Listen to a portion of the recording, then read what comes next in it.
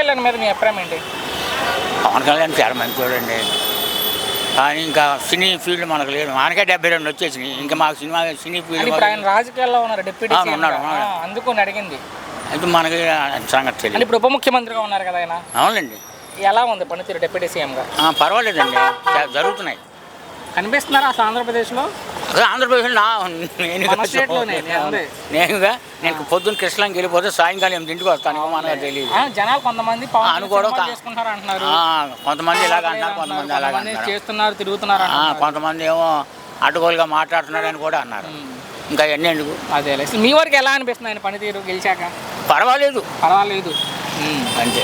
So ఆయన ఏదో 15 ఏళ్ళ పాటు మేమే ఉంటాం అని చెప్తున్నాడు. మరి ఏం చెప్పలేం కదా దానికి, దైవం నేను మనం ఏం చెప్పలేం. వాడమి గెలుపులు ఎవరో చెప్పలేం, దైవాధీనం ప్రజల నిర్ణయం అంతే. సో మీ అభిప్రాయంలో ఆయన సినిమాల్లో ఉండాలనుకుంటున్నారా, రాజకీయాల్లో ఉండాలనుకుంటున్నారా పవన్ కళ్యాణ్? రాజకీయాల్లో ఉంటేనే బాగుంటుంది అనిపిస్తుంది. ఎందుకు బాబాయ్? కొంతమంది కంటే బాగా చేశాడంట. ఓకే, ఏంటి భవిష్యత్తులో ముఖ్యమంత్రి అయ్యే అవకాశం? అంత ఉండదు. ఎందుకని? మరి ఇంతవరకు ఒక మెట్టు ఎక్కాలి, కానీ ఒకేసారి మరి ప్రధానమంత్రి ముఖ్యమంత్రి అంటే కాదు కదా. ఓకే, ఫైనల్గా ఒక్క మాటలో ఏం చెప్తారంటే పవన్ గురించి? పర్వాలేదు. ఇప్పటికి పవన్ కళ్యాణ్ మీద మీ అభిప్రాయం ఏంటి? రాణిస్తున్నాడు. ఇప్పుడు ఈ కూటమి ప్రభుత్వానికి ఆయన ఒక మూల స్తంభం. ఆ ప్రభావం ఎంత అనేది వచ్చిన దానికి ఆయన ప్రభావం ఉందా అంటే 100కు 100 రెట్లు ఉంది, అంతే. అంటే గెలిచిన తర్వాత ఎలా ఉంది ఆయన పనితీరు? చేస్తాడు, దాంట్లో ఆయన అంతా కమాండింగ్ పవర్ కదా. కమాండ్ ఏంటి, సమస్య రాగానే ఏంటని అడుగుతాడు, చెప్తాడు. ఏ నానుస్తాలు, చూద్దాలు, చెప్దాం, ఆలోచిస్తాలు, అలా చెప్పడం ఆయన ఇంకప్పుడే.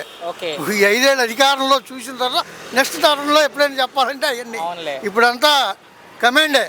సమస్య వచ్చింది, అధికారులను పిలవడం, ఏంటి విషయం ఇదేనంటాం, ఎమ్మడే ఏదో చేయండి అని చెప్పడం జరుగుతుంది. డిప్యూటీ సీఎం అయ్యాక ప్రజలను వదిలే సినిమాలు చేసుకుంటాడు పవన్ కళ్యాణ్ అంటున్నారు కొంతమంది. దాని మీద చేసుకోకపోతే ఎలాగా, ఆయన సొమ్ము ఆయన, అది గవర్నమెంట్ అన్నది. ఈయన కూడా 60% ఎంగేయాలి లోపల. ఓకే, అంతే. మరేంటి మొన్న చూసినట్లయితే చూసారు మీరు కూడా. సో బెదిరిస్తున్నారు జగన్ గారు, బెదిరింపు లేకపోతే నేను చొక్కా మడత పెట్టాల్సి వస్తుంది అన్నాడు. ఎవరి నేర్చి రాడదండి. నిన్న కృష్ణా జిల్లాలో ఆల్రెడీ ఫ్లెక్సీ పడింది 10th క్లాస్ పిల్లలు.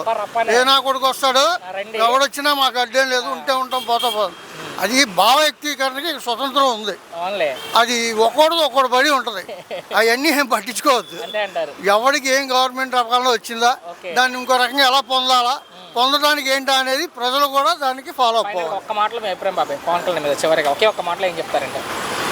పవన్ కళ్యాణ్ అనేది ఈ ప్రభుత్వానికి మూల స్తంభం.